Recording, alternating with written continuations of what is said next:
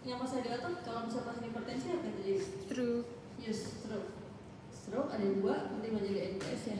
Stroke ischemic is nanti pelo is satu sisi udah lemah satu sisi, atau stroke hemorrhagic is tiba-tiba jatuh nggak sadar.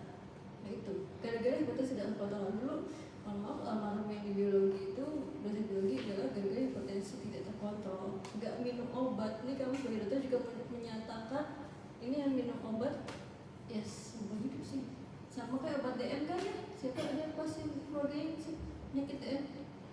Saya juga. Itu minum obat seumur hidup, maksudnya itu ya akan bosan manusiawi ya, tapi dibalik nanti sampai ke organ target organ itu juga salah gitu ya. Oke, karena apa hipertensi banyak banget.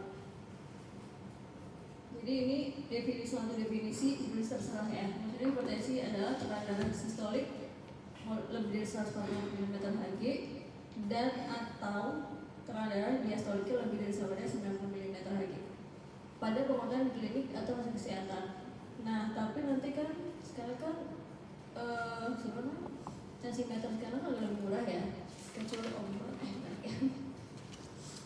tapi maksudnya pasien dengan hipertensi atau pasien dengan DM itu diharapkan punya alat sendiri. Nanti kan lapor kita begitu diary, nanti nggak mungkin setiap hari datang ya, capek mungkin stres ya kan Jakarta.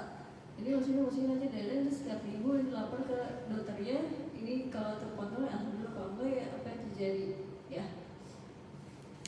DM pun gitu, jadi harus karena kalau di ini nanti ada peradangan white coat hypertension, jadi ketemu dokter langsung hipertensi. White coat kita sendiri itu dia tuh stres, jadi padahal dia punya laporan dia saya aman-aman aja dok, tapi pas kesini sampai itu dia udah stres, dan tensi itu jangan tiba-tiba datang masuk ke tensi. Itu dulu istirahat dulu, pastikan dia nggak pakai nggak rokok, nggak minum kopi, itu bikin tensinya. Jadi pastikan itu stabil dulu. Terus juga teman kesehatan, karena udah bisa tensi belum kalian? Sudah. Belum. Iya masih sih nggak bisa, dokteran nggak bisa tensi ya. Ya teman kesehatan. Ketujuh pengobatan adalah intinya adalah menekan morbidity dan mortality, penyakit kardiovaskular kayak stroke, ginjal. Berapa pasien yang hipertensi tidak terkontrol nanti jadi DHD, cuci darah. Ya kan? Itu banyak, itu contohnya kayak omnya suami saya itu karena hipertensi tidak terkontrol, biasanya takut minum alternatif mahal banget, 25 juta satu paket gitu. Iya mahal banget beneran. Ini efek yang terjadi waktu itu keluarga suami. Tapi akhirnya nggak kontrol, ya akhirnya udah jadi ESR gitu, end stage renal disease kan, kena ginjal. Akhirnya ya terpaksa sekarang DHD, akhirnya cuci darah. Jadi 2 kali seminggu. Itu jadi itu maksudnya apa, hipertensi harus dikontrol karena efek samping banyak ke ginjal, iya ke stroke bisa gitu, tapi harus menangkan maksimal semua faktor yang resiko. Ini nanti ada beberapa, ada pembagiannya, ada yang baik stage 1, 2, 3 atau yang baik esensial atau optimal. Semua diceknya nggak cuma langsung cek chest pain gitu ya, mungkin 3 bulan lagi baru dicek lagi. Ini kasih hipertensi banyak, terserah. Anak D2 mana? Anak D2 ada nggak? Udah belajar belum? Udah bisa EKG belum? Saya agak sadis kalau tetap saya. Ini tergantung kualitas, terserah mau ISH dari Indonesia yang luar juga boleh, tapi kurang lebih pokoknya harus di atas 140 sebenarnya sudah hipertensi ya. Ada yang hipertensi ya udah. Setelah yang penting best spot reference ya, bukan dokter cantik blogspot.com tak coret, gak boleh ya. Best jurnal boleh, luar dalam boleh. Terus ini juga, nah itu dia. Nah terus pengobatan hipertensi pertama lifestyle modification utama. Jadi turunkan berat badan kalau berat badannya is overweight or obesity, turunkan dulu. Terus stopin alkohol sekarang jarang di Indonesia ya, yang ini based on luar negeri. Nah stop rokok nih, cowok-cowok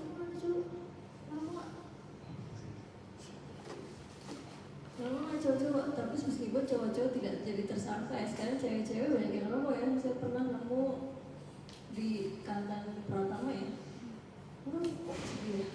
Ngapain, mendingan berapa ribu yang rokok siapa? Katanya 20.000 ya, 20.000 satu bungkus. Mendingan 20.000 diinfakin ke masjid kan. Jadi kalau kamu meninggal, amal jariahmu tetap ada kan dibanding rokok yang 20.000 sebungkus gitu ya. Jadi stop it rokok. Basic teratur meskipun pandemi itu udah mulai gerak, diharapkan tetap activity. Dari stres agak susah ya, tapi kurangi asupan garam. Cuma 6 gram satu hari. Kamu nggak pakai garam enak, tapi buat masih potensi ya. Terus dan ini lifestyle modification pertama. Kemudian S farmakologi. Nah kira-kira obat farmakologi apa yang sering dikasih ke pasiennya? Apa? Amlodipin golongan apa? CC good, calcium channel blocker. Terus apa lagi?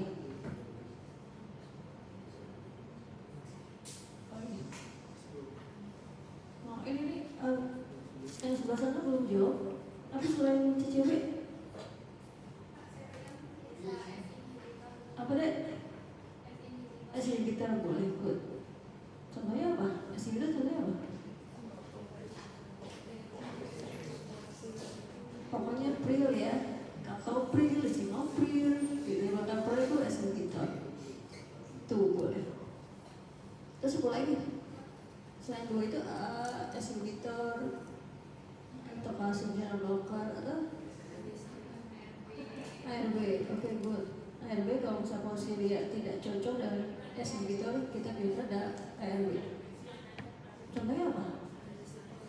Belakangnya artar ya, valsartan, losartan gitu.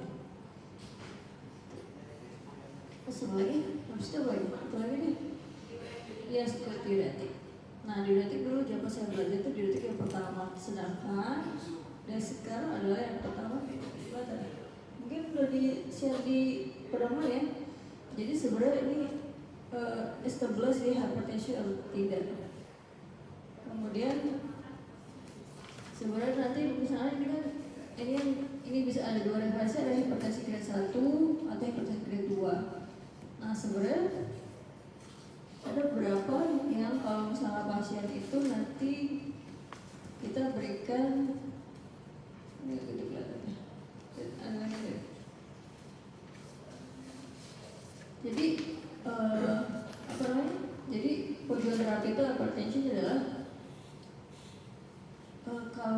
kalau kondisi ada suatu saat dia harus kombinasi dua obat, dimulai dari dosis yang paling rendah ya.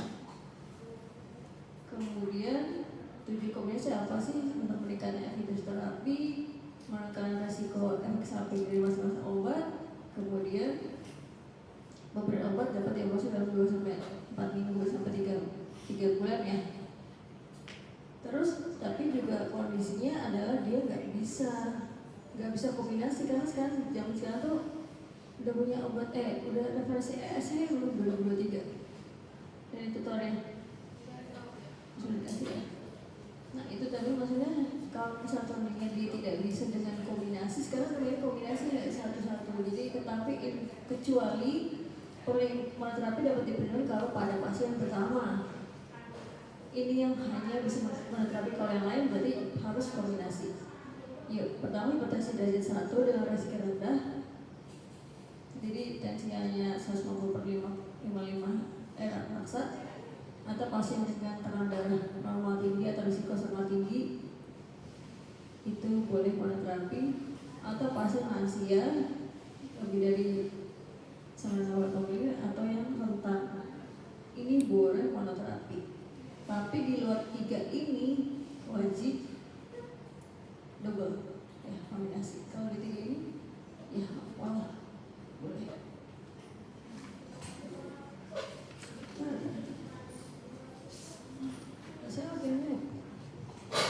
Jadi pokoknya kalau sekarang ada based on ESH 2020 nanti pokoknya adalah semua stage yang pertama adalah langsung kombinasi A dan C, bisa S inhibitor atau ARB atau juga dan S inhibitor atau ARB dan C kalsium channel blocker itu wajib duluan itu. Sekarang kalau misalnya pasien ditemukan pasien hipertensi ada kombinasi antara S dan S atau ARB dan kalsium channel blocker. Terus pertama low dose dulu, dia tanda kutip tidak turun, baru naikin lagi dosisnya, dia tidak mempan lagi, nggak turun lagi, baru kombinasi dengan diuretik. Dulu diuretik itu waktu saya belajar itu diuretik pertama, tapi ternyata dia nanti terakhir kayak the third line gitu. Ini kalau nggak mempan lagi, baru kasih diuretik. Nggak mempan lagi, jadi 4 tuh ya. Single, double, triple, quadruple, apa dah? Itu ya kalau saya gampang lagi ditambah dengan spirulacton. Golongan apa ya? Spirulacton golongan apa ya? Spirulacton buat golongan apa?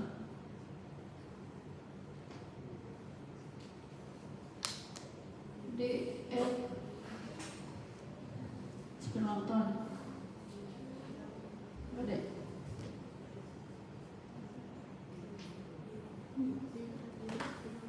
Apa? Ya, sama diuretik yang mana? Antagonis aldosteron. Ya, antagonis aldosteron atau? Yes, apa? Dulu. Apa tadi? Diuretik hemat kalium. Jadi kadang itu sekarang tuh kalau saya itu diuretik kayak deter atau posisi terakhir, tapi masih kalau dia nggak empan lagi itu baru kita pakai diuretik hemat kalium atau spirulacton. Jadi, nah ini yang pertama. Kemudian yang selanjutnya adalah tapi maksudnya kalau misalnya ada mesti dia nggak mempan lagi, baru kita pikirkan beta blocker. Di sini ada kondisi dia adalah kalau ini nggak kelihatan.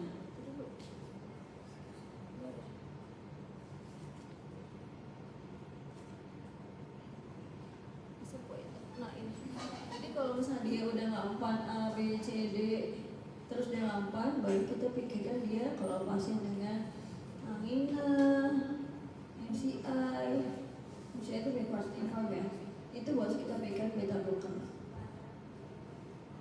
Itu kondisi angina atau post MCI, apa ini bisa kita berikan dengan beta blocker.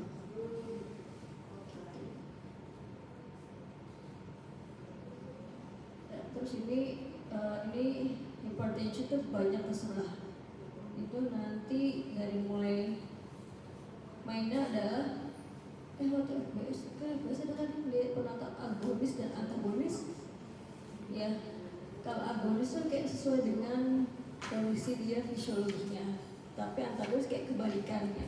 Kayak itu kan CCB kalsium channel blocker, beta blocker, S inhibitor ngeblok solusi itu, berarti posisi itu mainnya adalah agonis antagonis ya, rata-rata antagonis. Bisa dari only dari mainan di reseptor, ada juga beberapa yang tidak mainan antagonis agonis, tidak mainan reseptor tapi mainan dia langsung ke atas. Seperti apa? Pertama kita ulangi lagi apa yang disebut S inhibitor adalah ya, pokoknya nanti kita bahas tadi ya, ada pril atau pril sidapur, mekanisme function adalah dia menghambat angiotensin 1 menjadi angiotensin 2, kan dia enzimnya ngeblok S-nya ya, enzimnya. Jadi akhirnya juga dia akan menghambat degradasi bradikinin. Kenapa sebenarnya ini sebenarnya plusnya bagus di dekat tensi, tapi dia juga nanti side effectnya apa sih? Batuk kering. Kan beradik itu efek sampingnya adalah dia batuk kering. Terus zaman dulu itu gradasi itu dari mulai hypertension only stage 1, stage 2 gitu, ringan, sedang, tapi sekarang berat pun boleh. Dengan kondisi apapun itu tuh bermanfaat di semua kondisi ya. Terus juga pasiennya juga dia pasiennya itu buat pasien DM, dislipidemi, nefropati DM itu bagus, itu bagus. Kecuali efek samping yang paling sering dipakai. Dia itu tuh murah, tapi efek samping yang kadang di itu, dong saya lepas ada kok saya batuk. Nah pilihan yang kedua adalah batuk kering, ada edem, skin rash, menjadi jarang yang paling sering ada batuk kering. Hiperkalemi kontraindikasi ini adalah pada kondisi dia pas dicek dia nefropati DM, dia ada stenosis arteri renalis bilateral, pas di USG ternyata akhirnya dia nggak boleh pemberian S inhibitor. Tapi kalau the next one adalah kalau dia tidak bisa, dia tidak bukan dari sini dia nggak bisa atau dia ada begini, kita menggunakan SERB. Soalnya memang tantan, masatan, falsatan, ilmusatan, pensatan gitu. Mekanismenya dia ngeblok cuma langsung A2, enggak anggitan 1 menjadi anggitan 2. Anggitan sini berperan dia kan secara kompetitif kemana ya? Anggitan 2 tuh berperan di mana ya? Anggitan sini bertempat di mana? S2 itu mana? Anggitan 2 baru-baru paru-parunya di mana? Mainnya reseptor juga nggak punya.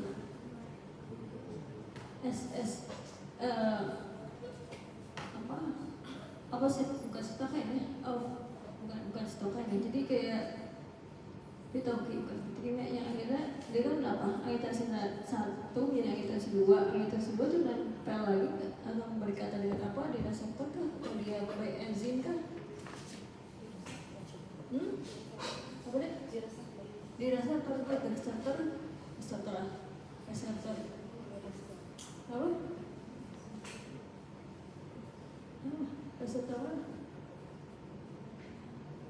Reseptor mana? Betul, reseptor mana? Anggitan 2 yang mana berkaitan dengan reseptor?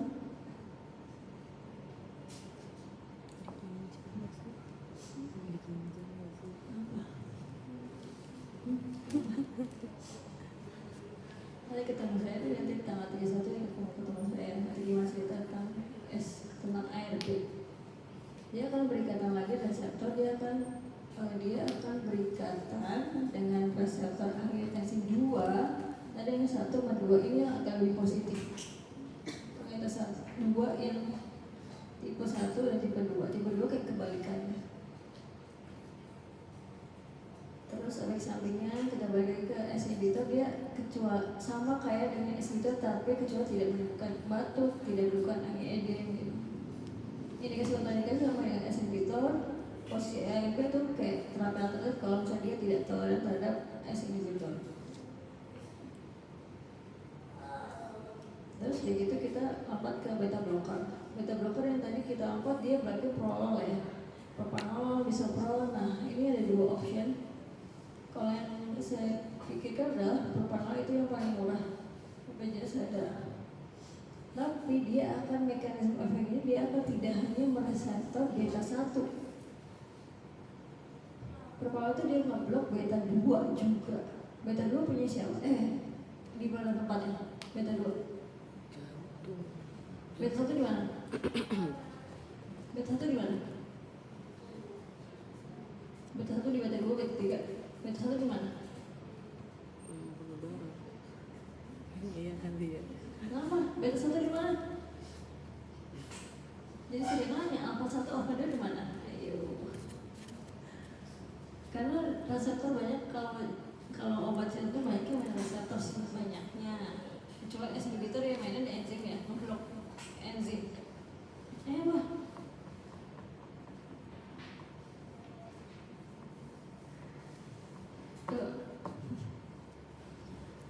orang yang dia ngobrol angiotensin 2, ya yang tipe 1. Dia akhirnya dia efeknya apa namanya? Dia menyebabkan mengurangi efek simpatis. Efek simpatis apa sih terhadap pembuluh darah? Sih, jadi dihambat apa simpatis, akhirnya tidak terjadi vasokonstriksi. Jadi akhirnya tidak terjadi vasokonstriksi, jadi blood pressure berkurang dong. Saya pengen nanya, blood pressure ada perkalian apa dan apa? Blood pressure sama dengan perkalian apa dan apa? Yes, apa? Kardio dan resisten, perifer. Karena otot terdiri dari apa lagi? Dari apa dia di masalah yang mana lagi? Karena otot terdiri dari apa aja dan apa? Perkalian juga. Apa? Stroke volume dan heart rate. Jadi kondisinya kalau dia tadi ya kasih aja beta blocker harta turun, otomatis stroke volume berkurang, keadaan berkurang, atau kan blood pressure berkurang kan? Gitu. Terus seperti itu. Nanti kalau belajar lagi tentang mekanisme hypertension dan tata laksananya. Kita bahas ulang lagi. Jadi penggunaan dulu hipertensi ringan sedang, pasien dengan PJK, pokoknya hampir semua boleh lah beta blocker juga. Tapi yang tadi saya sampaikan penyakit jantung koroner atau pasien dengan aritmia. Kalau dia beta blocker ya special condition ya, ada aritmia, angina, PJK, boleh pasien yang aritmia bisa pakai beta blocker. Atau pasiennya takikardi, kan dia heart rate kan, heart rate jadi diblok aja supaya tensinya jangan tinggi-tinggi, diturunkan tensinya, heart rate-nya buat pasien dengan takikardi. Kontraindikasi tadi sampaikan dia tidak, kalau yang propanol dia ngeblok beta 1 tapi ngeblok beta 2 ya, beta 2 mainnya di bronkus. Ada yang sakit asma? Ini sakit asma nggak di sini? Kalau kena apa itu sih langsung ada nggak? Ada yang sakit asma? Di sini saya mau cobain kamu atau keluargamu atau pasien yang PPOK, ada nggak? Pernah dengar salbutamol? Nah, itu adalah bronchodilator. Jadi kita balik lagi, kalau misalnya dia jeleknya yang propanol itu murah, tapi dia ngeblok tidak hanya beta 1, tidak hanya ngeblok beta 1 di jantung, tapi ngeblok beta 2. Iya, tensi turun, dia tuh sesak nafas gara-gara diblok. Beta 2 kan, beta 2 albutamol itu beta 2 agonis. Kalau diblok bikin bronkokonstriksi, dia pasien tensi turun, tapi dia sesak nafas gitu. Jadi akhirnya hati-hati pemberian asma berat atau PPOK, penyakit paru obstruktif kronik. Ya, akhirnya the second line botol blocker yang terbaru lagi adalah dia bisa prolong, dia hanya beta 1. Jadi nggak sampai bikin sesak nafas lah. Jadi hanya cuma ngeblok beta 1 itu selektif. Gitu.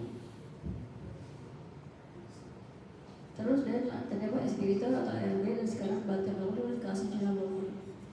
Kalsium blocker itu sama dengan dia menghambat karena kalsium masuk ke dalam darah. Jadi dua kalsium blocker ada yang fast based on pembuluh darah, ada base jantung. Jadi ada yang ke dalam pembuluh darah kira-kira apa ya? Kalsium blocker ada dua, ada dihidropiridin dan non dihidropiridin. Dihidropiridin kan dipin itu dihidropiridin. Dia lebih bagus di pembuluh darah. Kalau dia bikin tadi vasokonstriksi, kalau tensinya kan dia gedein ya, difasilitasi itu buat siapa? Yang mana? Dihidropiridin. Dia awalnya jadi terutama vasokonstriktif. Jadi contohnya yang dihidropiridin dipin amlodipin, nifedipin itu lebih ke vasokonstriktif. Itu dihidropiridin.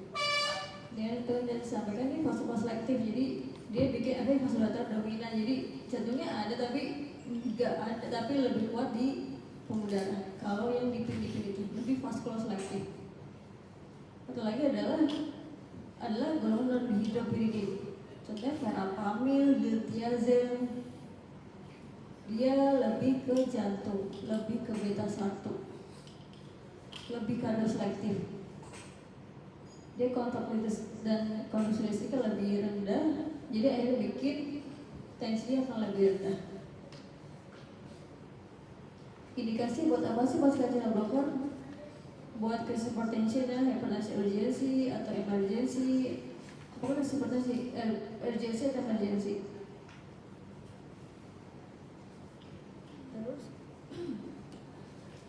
Terus hipertensi, contohnya ada nifedipine, supligo atau dikalikan IV, atau juga sebagai anti angina. Dia tidak hanya sebagai penurunan darah ya, tapi sebagai anti angina. Tentang verapamil, luthiazide, tapi dia short acting, atau bisa juga dia sebagai anti aritmia. Contoh verapamil atau luthiazide. Tapi hati-hati dia tokolitik juga hati-hati buat ibu hamil yang sakit hipertensi. Terus dari itu kontraindikasi gagal jantung. Sebenarnya sih kecuali ini referensi yang lama ya, sebenarnya sih gagal jantung gini. Sebenarnya kontraindikasi agak paling banyak kalau dia pasien gagal jantung kan udah payah jantungnya ya. Terus blok kalsiumnya di blok, makin payah kan jantungnya. Gitu. Jadi sebenarnya kayak nggak cuma kecuali amadi, maksudnya semua hati-hati kalau bisa kalau ada obatnya kenapa pakai inhibitor kenapa pasien kasih blocker gitu kan ada pilihan lain buat pasien gagal jantung. Jadi kalau bisa sih nggak kecuali amlodipin tapi semuanya tuh hati-hati aja, mendingan obat yang lain, pilihan obat yang lain. Nah kemudian ini terakhir ini diuretik itu ada beberapa macam. Pertama ada golongan thiazid, diuretik kuat, diuretik hemat kalium. Kemudian pertama ada indikasi severe hypertension dan pasien dengan CHF. Pasien yang dia kondisi pasien dengan heart failure itu dan kongestif dia biasa kondisinya dia ada kasus ya. Dia semampu deh, enggak belum ya, enggak namanya PAD. Nanti kondisi pasien yang kamu ketemu pasien sesak nafas, dia takipnu, dia kamu cek tensi, karena kamu tanganmu dan telingamu itu diharapkan bisa mendengar ya. Nah itu ada suara nanti saudara lagi. Kenapa? Kan gini, darah cair itu dia kan dari tekanan tinggi ke tekanan darah otomatis kan. Jadi kalau misalnya darahnya banyak, jadi kan cari dari intrasel ke ekstrasel, dari pembuluh darah ya pindah ke ekstrasel, contohnya ke paru. Nanti beberapa kasus dia akan ronki karena darahnya banyak keluar dari intrasel ke ekstrasel, jadi suaranya terdengar pasien ronki dan dia udah gitu cairan akan pindah keluar ekstrasel, bentuknya dia akan edem. Itu yang bikin karena darahnya keluar semua. Jadi kalau pasien contohnya cahaya padahal dia ada ronki, ada edem pretibia kan darah kan based on gravitasi ya, cari darah yang lebih rendah kan, jadi cari yang kelihatan malah ibu kaki dulu. Dan apalagi sih tanda-tanda cahaya apa lagi? Dari atas sampai itu apa ya? Terlihat kalau CHF. Apa deh? Iya bukan tadi kan? Ya, ada tiba kan satunya apa nih? Selain ronki dari head dari atas nih. Kira-kira apa sih pasien CHF?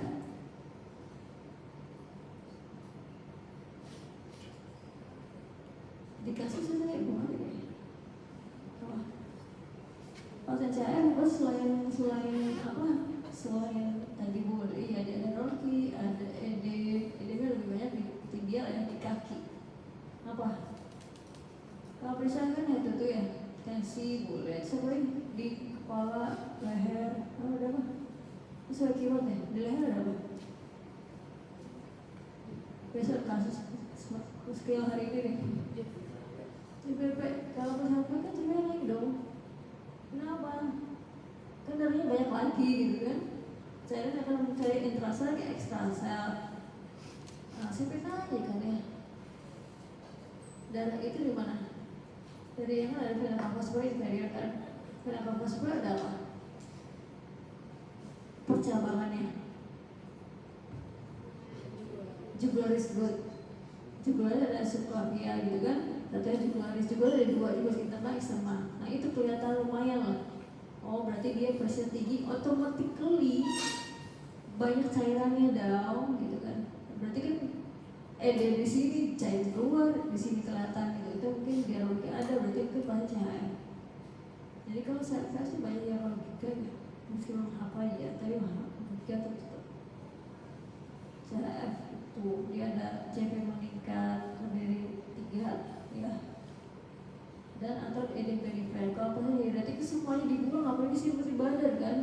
Kalau volumenya sedikit, kalau itu bersedia kurang kan, ada berkurang, dan proses kurang, gitu logikanya. Nah, yang pertama diuretiazid, itu namanya ada contohnya ada HCT hidroklotiazid, benzoylatiazid itu jangan dipakai, terus atau idepamid. Tapi mekanisme action ada di ginjal. Mengapa darah natrium klorida dari lumen ke dan tubuh ekstremitas dan kalium. Sampingnya karena semua dibuang. Samping yang paling berbahaya adalah hipokalemi, hiponatremi, hipomagnesemia, semua dibuang kan. Ini kalau tiazid agak lemah ya, tapi kalau furosemid itu semua dibuang. Efeknya yang hipoelektrolit dah. Terus, nah ini yang sebenarnya harus kita perhatikan pasien kalau udah tua, lansia gitu, terus begitu sakit kaki dok, gitu.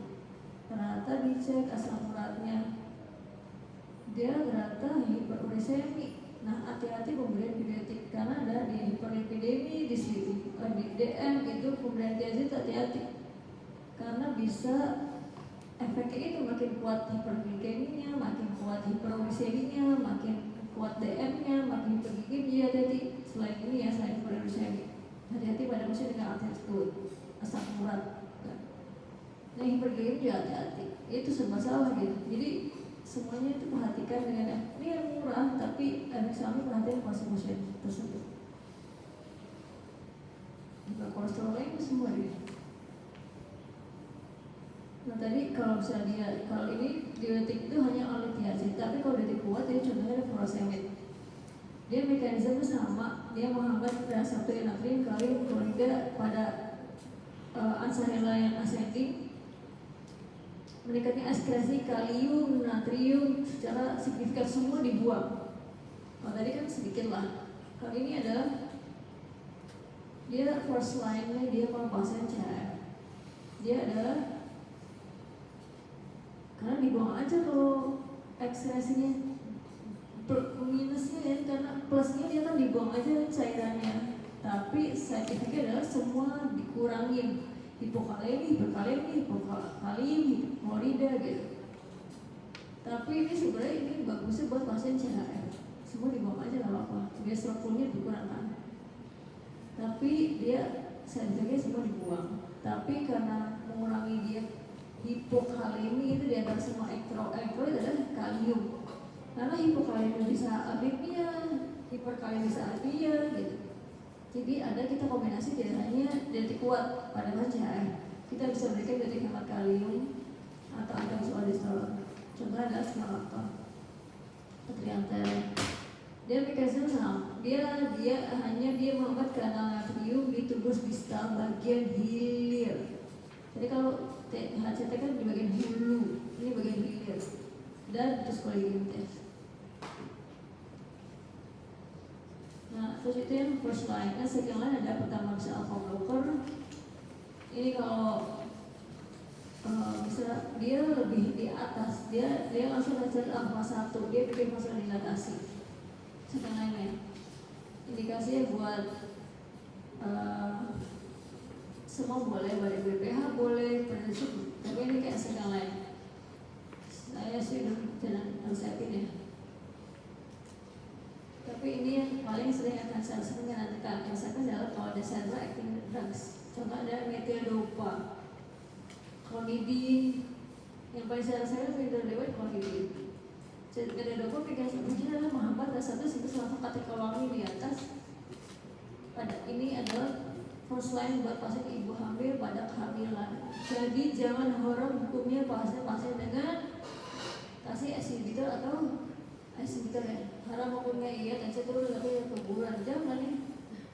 Bisa jadi gitu, jadi murah lah gitu.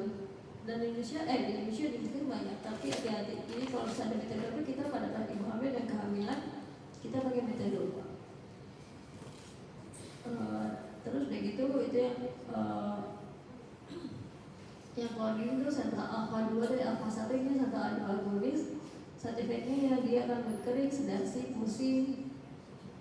Terus tapi ini juga sebenarnya diantaranya ini adalah hati-hati dia reaksi versus obat, jadi sama kayak metronidazole ya. Jadi hati-hati dia bisa tadinya tensi turun, diturunkan kalau tapering off ya pelan-pelan, jangan di drop turun, jangan. Nanti bisa jadi krisis hipertensi, tensi turun tapi jadi krisis hipertensi langsung 220 gitu. Jangan. Jadi perhatikan dosisnya, pemberiannya. Terus ini pengobatan adrenergic, ini antara sel jadi itu membuat tersebut NA di sel vesikal. Ini membuat contohnya adalah reseptor dan hemoglobin. Cancer, nomor sekian. Nah terus ini yang terakhir ini adalah hipertensi pada pada khusus pada KBN tadi only metadopa pertama yang boleh. Metadopa, tenofovir atau labetalol boleh. Kalau dari si adalah inhibitor atau AMB, yaitu haram hukum dengan inhibitor ya.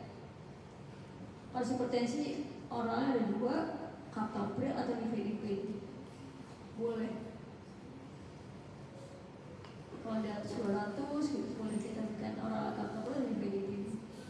Kalau dia nggak makan lagi, saya suka resepin clonidine, Itromycin atau hidralazine atau furosemid. Kalau dia ya kita buang aja cairannya dengan menggunakan furosemid.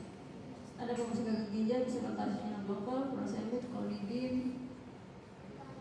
Terus atau asma, kalau tadi kasus tadi saya bilang diabetes populer tidak selektif. Terus kalau DM dislipidemia juga bisa memberikan pasien inhibitor ARB, beta blocker boleh kecuali jadi kurang baik juga. Oke, sekian dari saya. Ada pertanyaan? Ada pertanyaan setelah ini? Terus kemudian nanti udah dapet ya pada mana ya? Nanti ada 4